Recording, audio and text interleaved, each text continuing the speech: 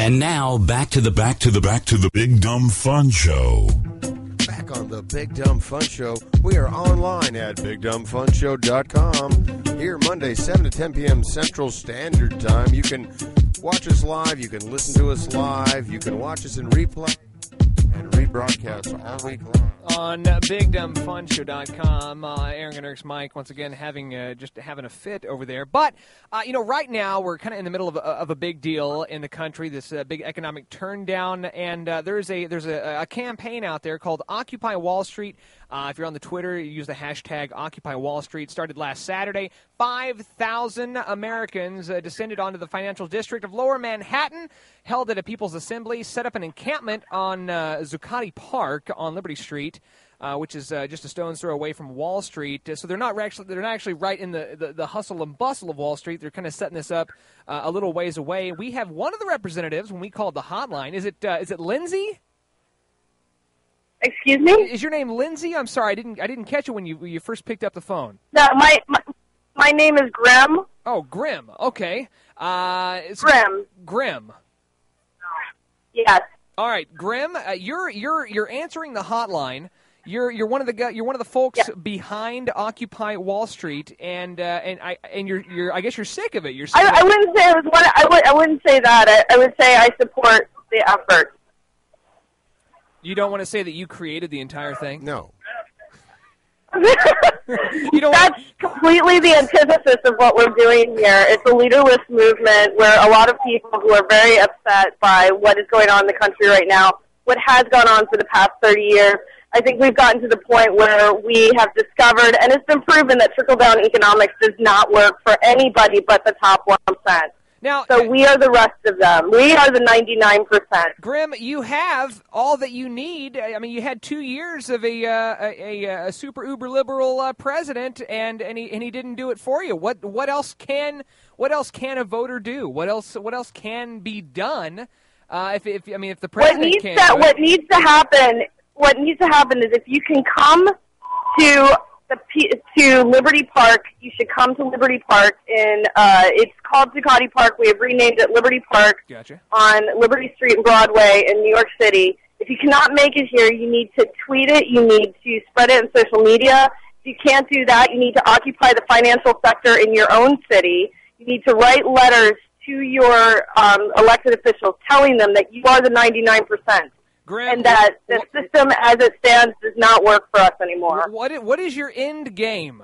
What would satisfy you to have you pack up and go home? Like what is the what's the thing that you guys are fighting for exactly? Systematic change. A change of the what? Entire system. Well, for one thing, last year when I was employed and single mom, I spent I still paid out a lot in tax money. General Electric actually got close to a $3 billion refund from the U.S. government. So they basically made money off of running a multi-billion-dollar profitable business. While I, a single parent of one going to grad school, I have not, I paid out into the system. And something is fundamentally broken there. Have you thought about maybe making a business? Like maybe you could kind of take advantage of how the system works and you know how the system is flawed. Use that to your advantage and create a business to get some of that. The thing is, it's not up to one person. We're facing a problem, a systematic problem so big that it's up to each and every one of us to do something about it.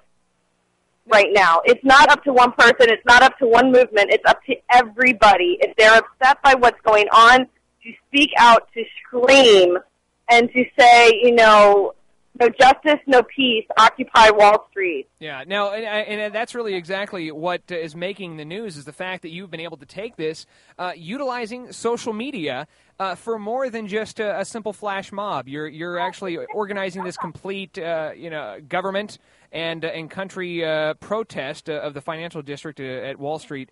using social media, using the Twitter, using the Facebook, and all of that jazz. I think I would just like to kind of clarify, like maybe if you had some sort of like a certain amendment or just the one thing that you're like, we really got to get the word out to change this specific thing. I think you guys are being very general. We need to separate corporate influence from government.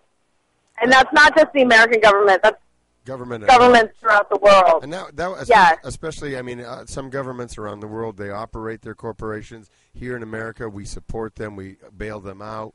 We give them money so they can run. Well, you know, I would argue that that our corporations are running our government right now.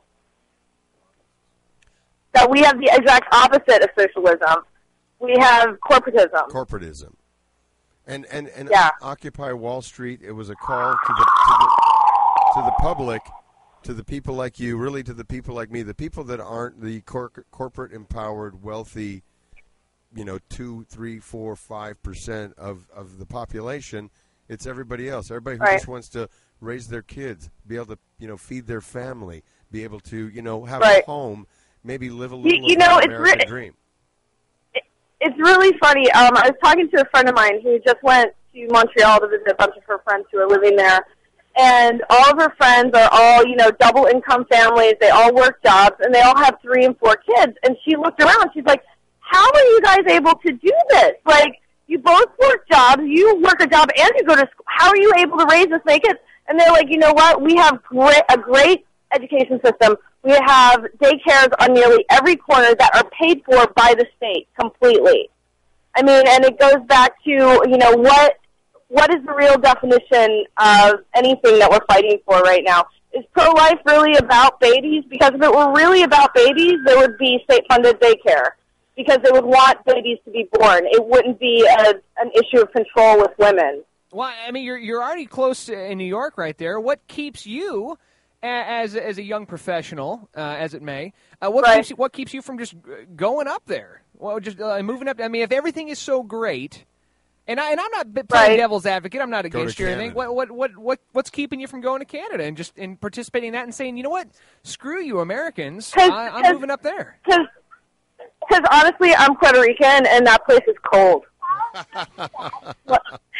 It's the weather. I like it. It's cold. Let's get down to brass tacks. I mean, you can't have it's too freaking cold for me. I'm sorry. Graham, thank you very much. And honestly, the people of New York are so freaking sexy. You don't ever want to leave once you come to visit. I understand. Especially the Puerto Rican. You should come to Kansas City. We even have some big fellas down here that are. Well, check this out. Go to OccupyWallStreet.org. They've got a Twitter, twitter.com/Occupy Wall Street. That's right, Graham, and you can view this interview on BigDumbFunShow.com tonight. We'll be in replay. Terrific. I can't wait. Thank you, guys. When I was 10, I'd say that.